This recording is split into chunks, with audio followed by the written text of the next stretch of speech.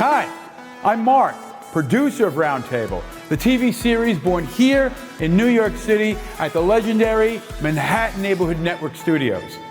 The exchange of ideas is important, and that is why we bring to you the following presentation. Please watch.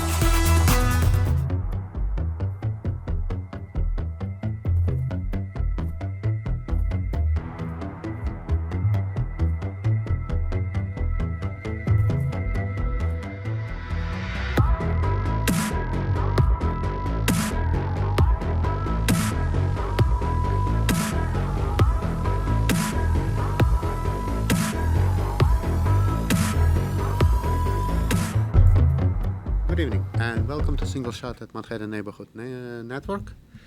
Last time we was talking about tendencies that the art world experienced because of the pandemic, and one of the things we mentioned was actually narrative of the art, and we decided that we want to explore it a little deeper, and we have here again Michael Colavito, one of our favorite guests. Hello, Michael. Hi. Thank you for joining us tonight, and we are going to be talking about complexity of narrative of the art pieces.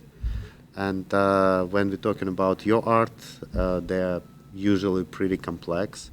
Sure. But, just like my own works, they combining several images in one final product. So if my belief that complexity of the narrative will be doing its comeback to the art world, it probably will be very advantageable for the art you create. Sure.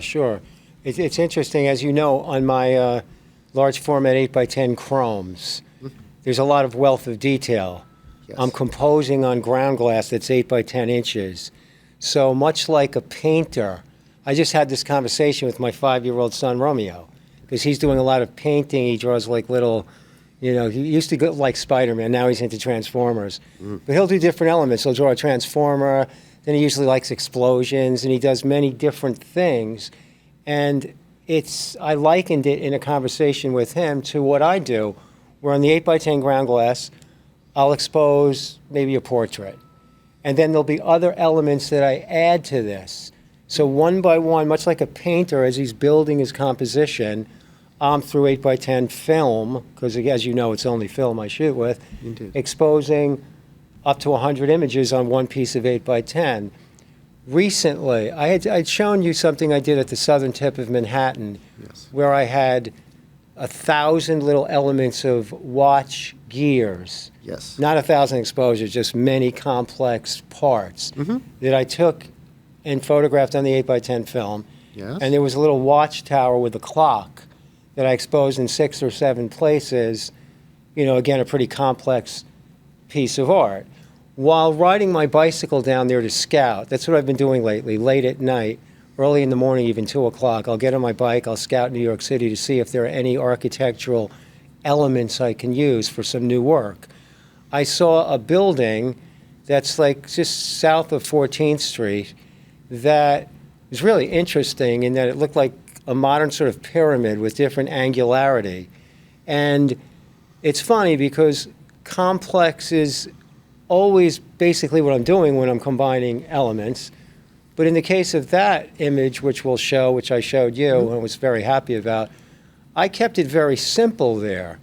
I only did a couple of exposures to redefine or to reshape this building and this structure and to add a certain, architectural feel to it that was wonderful, but it was about simplicity, even though it was a complex way that I technically did the image. Yes. And just again, in the last 3 days ago, I went down to the southern tip, the east side now of Manhattan, and I shot the municipal building, which reminded me of when I was very, very young, and I got into 8x10. I was like in my 17, 18, 19. When I hit 20 years old, I was doing a lot of time-lapse photography of New York City in 8x10. And I actually went to that building, the municipal building, and a gentleman got me access to one of the offices, and he almost had a heart attack when he saw me open up the window and go out on the ledge, which was about, 2 feet wide. and set up my A10 view camera because at that time I wanted a shot of the entrance to the Brooklyn Bridge, and there are two looping roadways, which is a wonderful composition. Perhaps we'll present this also. Yeah. And I did an hour time exposure. I mean, I set the camera up, I clicked the shutter, and I came back in. The gentleman who set me up with it actually ran out of the room. He told me later he was horrified. He almost had a heart attack to see what I was doing. Wow. But this time, I went back to that same area and shot the actual building. The municipal building has a tower on the top that's lit in white with a golden crown on the top of some sort. And I've been waiting for weather because it's been thunderous and raining lately. So I got a clear night. I went out. I exposed it 21 separate times in 21 different places. And often, as a painter would do, I'm doing this and feeling it as I go. Because I do different compositions, and I'm not really sure what the outcome's going to be. Sometimes it's mathematical, and I do know what I want to do. In this case, it was more of a freestyle. So I built it up, and I needed one more tower, and I got clouds now that took over, which scared me because I needed a clear sky so that none of the images would interact or interfere, I should say, with what was already recorded on the film. And I got lucky in that that last image turned out completely clean, and you couldn't see the clouds. I used Velvia 50 film, which is high contrast, and at night it worked beautifully. So to add to the complexity of this shot, a day later, a day later, let me get this straight. No, same day, that same night, I went back to my place. It was now, I think, like 1 o'clock in the morning, and I took a quick bike ride just by the East River, and I noticed that there were extreme reflections happening from the 59th Street Bridge when you look to the left, north, and when I look to the right, south. In the far distance were other bridges, and I thought to myself, am I going to be crazy now and run back up to my apartment, get my A10 view camera set up, and shoot all this? And in the back of my mind, I was thinking, wow, I can add this yellow golden reflection effect to what I already had for that municipal building shot. And I did it. It was another 12 exposures. It turned out to be about 40 exposures on that one piece of film. And all of those elements complemented each other. And it really is a very special piece of work that I'm very happy with because, I mean, I'm trying to let the wind blow me, so to speak, in a different direction every time I create. In the nightmare of this whole pandemic, I have been, reluctant to approach too many people. Because a lot of my photography is about people, body shots, portraits, and I'm not afraid of that. And it's, I'm not really worried about the spread of this thing. That's a whole nother discussion. But I have been forced, in a sense, to, again, do something a little bit different. And the architectural elements and that arena of my work is something I really like to focus on anyway. Different is good. I mean, all artists, in one way or another, had to redefine the way they approach their work, and creating something completely different from what he was doing before is actually a pretty good outcome. Absolutely. Yes, and I discovered something, in my 21 fundamental principles of pure photography, which we've spoken about before, Yes. there are many things I will not do. It's all about the organic picture-taking process. Yes. Doesn't matter how many exposures, but I won't use color filters. I don't shoot through glass or mirrors. One of the things I specify that I don't do is use reflections. And what I really mean by that is I won't have an image through a mirror or an image through a piece of glass, reflections in that sense. So I need to be clear in that I just kind of discovered now through shooting these reflections in the water of the lights, something new, which I think I'm going to explore more. Absolutely. Where, the reflections and the colors, they're magnificent on the Velvia. It's just such a wonderful thing to look at. The only problem with it is much of the location work I do is it's now so agonizing to deal with a still water that's like beautifully giving me this mirror effect. And then wouldn't you know it, you see in the distance a boat starting to go by. So the second the boat passes, my reflections are gone. I have to wait like 40 minutes to, let everything settle down. And it's like everything when you shoot outdoors. You have to worry about people and crowds, and there's always these extra elements that make it more of a pain for the artist to do his thing. In your process, moving objects indeed could be a big obstacle. Your process, in a way, is the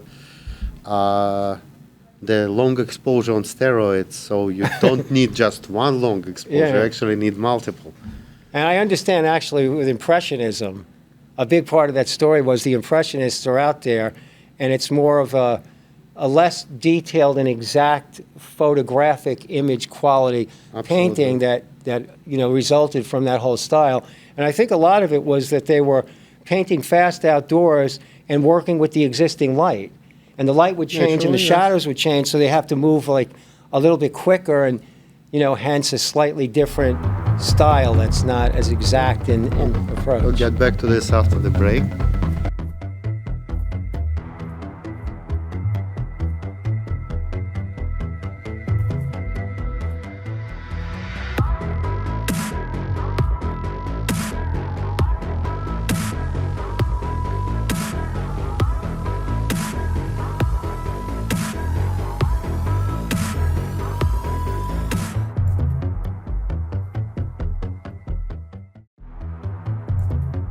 Hi, Alex AG again from Single Shot with another single trick. Today I want to tell you about using internal flash of the camera. Even some very professional cameras have that, but if you would ask a professional photographer, including myself, you would be told not to use it, especially on close-ups and especially when you're photographing people. Reason being, when you do it, the face being overblown. You're getting practically a white face instead of having nice skin tones and nice lighting. Is there anything you can do about it? Actually, yes, there is. You can just put in front of your flash a simple dollar bill and take a picture. What it will give you? Dollar bill is made of material thick enough to control enough light, and on top of it, it will give you some nice yellow tone to complement the skin tones of the person. This is a single trick by Single Shot. Watch us on YouTube.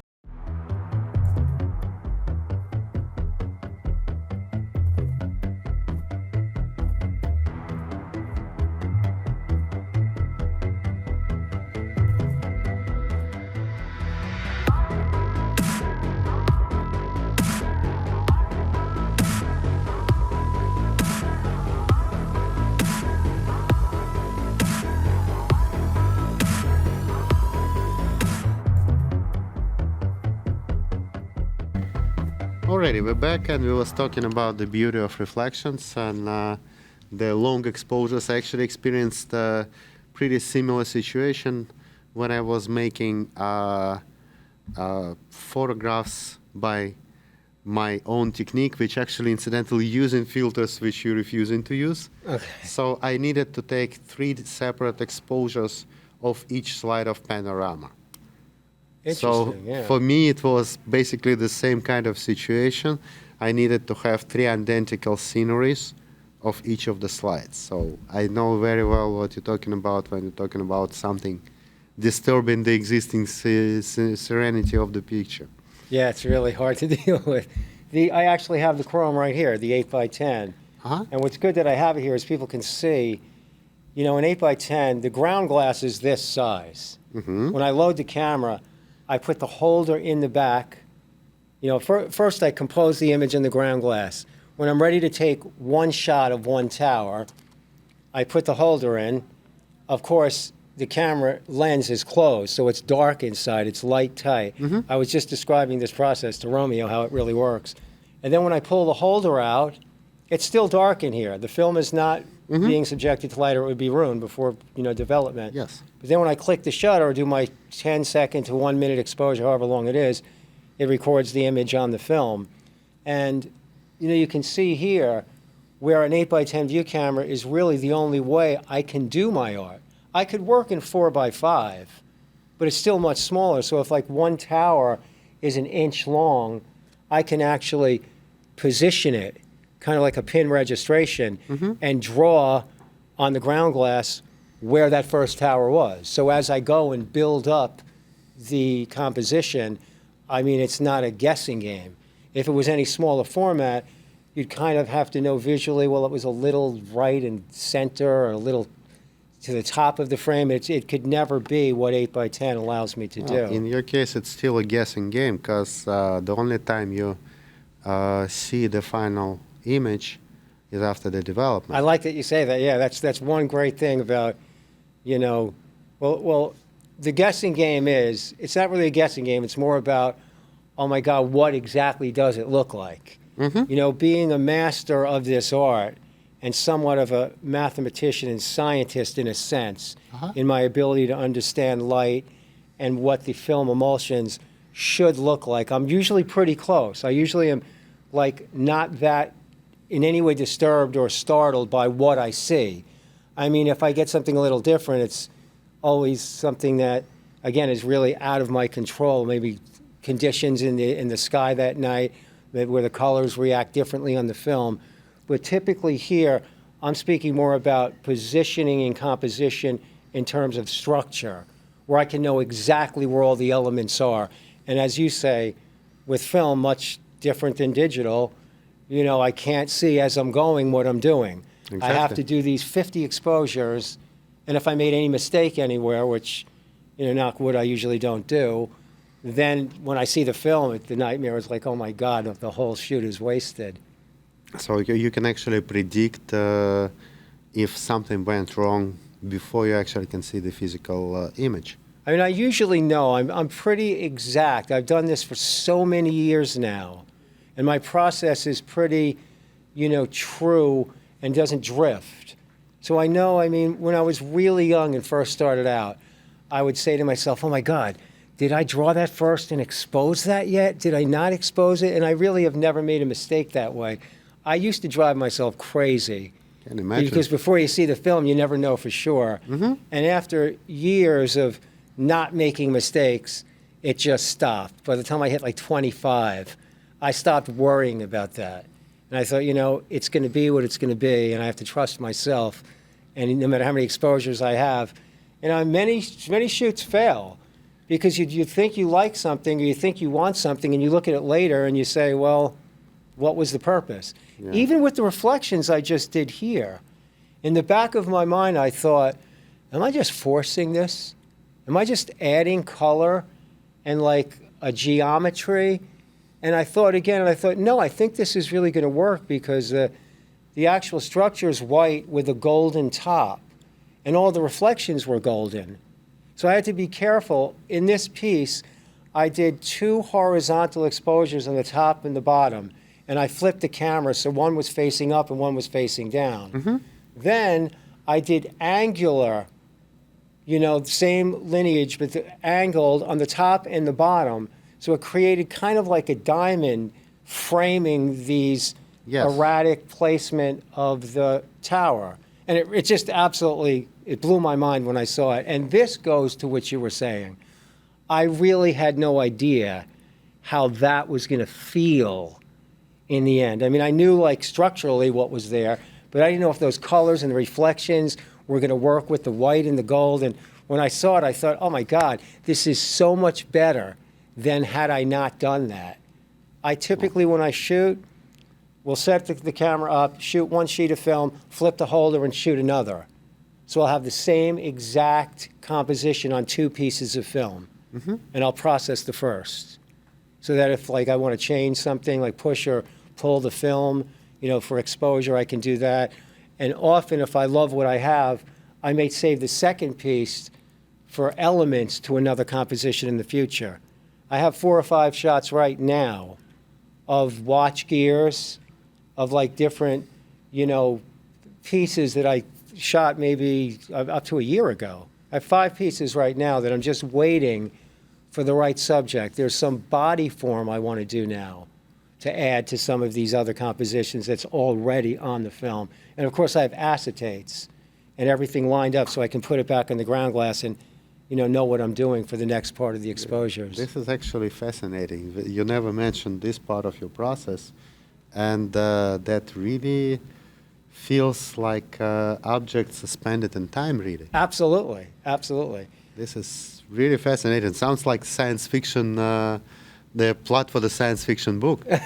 And I've heard artists say, photographers, that they found film that hadn't been exposed or processed, I should say, had been processed. exposed, but not developed for 10, 15 years.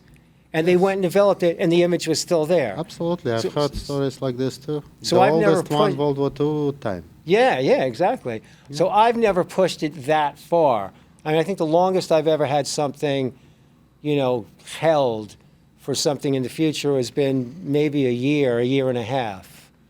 And I usually don't like to go too long because then I get excited. It's like, oh God, I want to see this in another form, What makes it special specifically this anticipation of continuation of the process. Yeah. As, yes, there was a lot of times when the film was just forgotten for one reason or another and was exposed decades after, but this particular situation when film is basically half exposed to its final state and the time between one and the other exposition is about a year, that's something I never heard of, and philosophically and aesthetically just the thought of it is strangely pleasing. Yeah, no, it is. It is. In fact, I'm excited talking to you about it because I know in the back of my mind there were 4 or 5 compositions not completed that I'm really looking forward to marrying to something else. I'm not really sure what it's going to be. I actually realized what it reminds me of all those elements of nature that are frozen inside of the amber stones. Sure. So this amber stone that was millions of years freezing in instants of life, which in modern times becomes part of the jubilee and takes its final form. Wow, that's interesting. That's something like this. Yeah. All right, we'll have a few minutes after the break to finalize this conversation.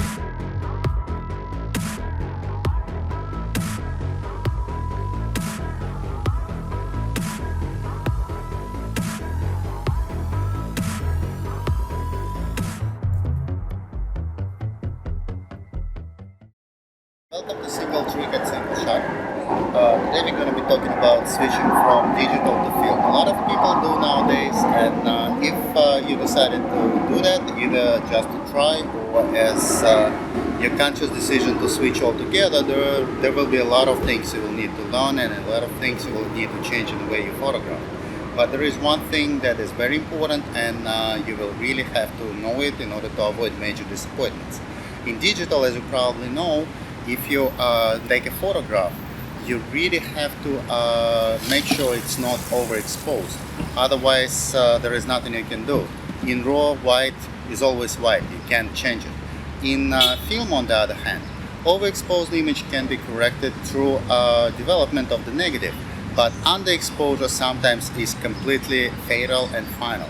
So just make sure that you will change it underexposure for overexposure.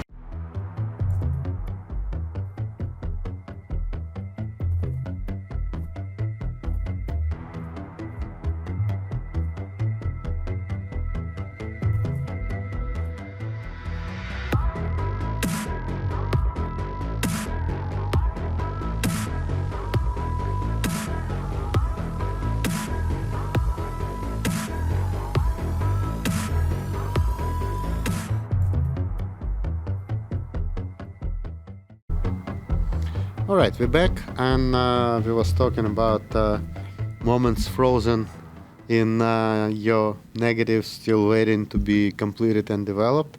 So we have a few minutes left, so let's try to talk a little bit about how this pandemic have affected your artistic process. You mentioned that you had less opportunities to photograph people. Was there anything else in which way it affected it? It affected me mentally for a little while in that I had no desire to really shoot.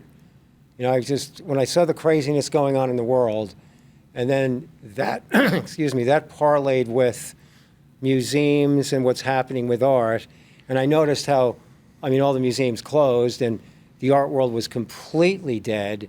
And Yes, briefly. I'm about as positive as it gets when it comes to just energy in life and loving my art and wanting to create it. And I don't create art so that I could become famous in any way, shape, or form. I create art because I'm moved by life and because I know that once I create something, it's really way beyond myself. It's for society. It's for people. It's for people to like be inspired by. I don't need a critique, like people loving it or not liking it. It's not really about that. It's more about I do it so it won't sit in a drawer, but so that eventually it can get out there and people can react one way or another.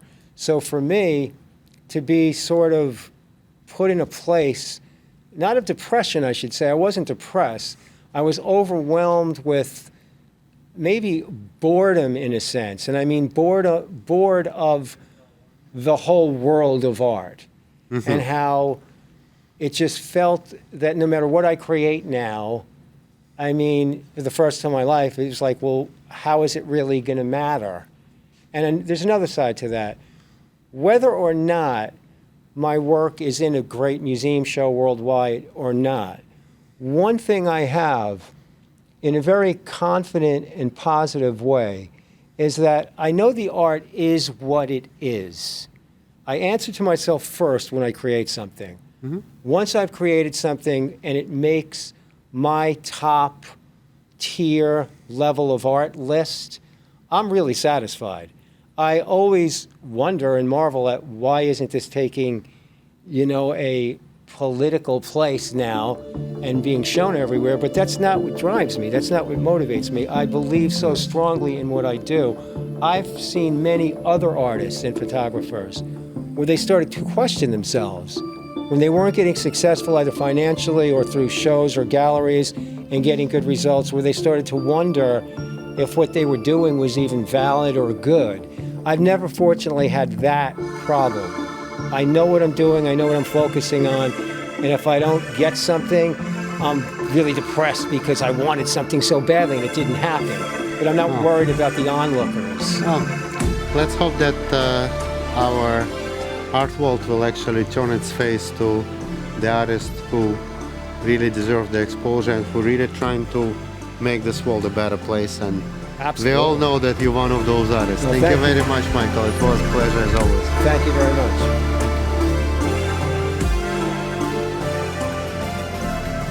Yep. Good.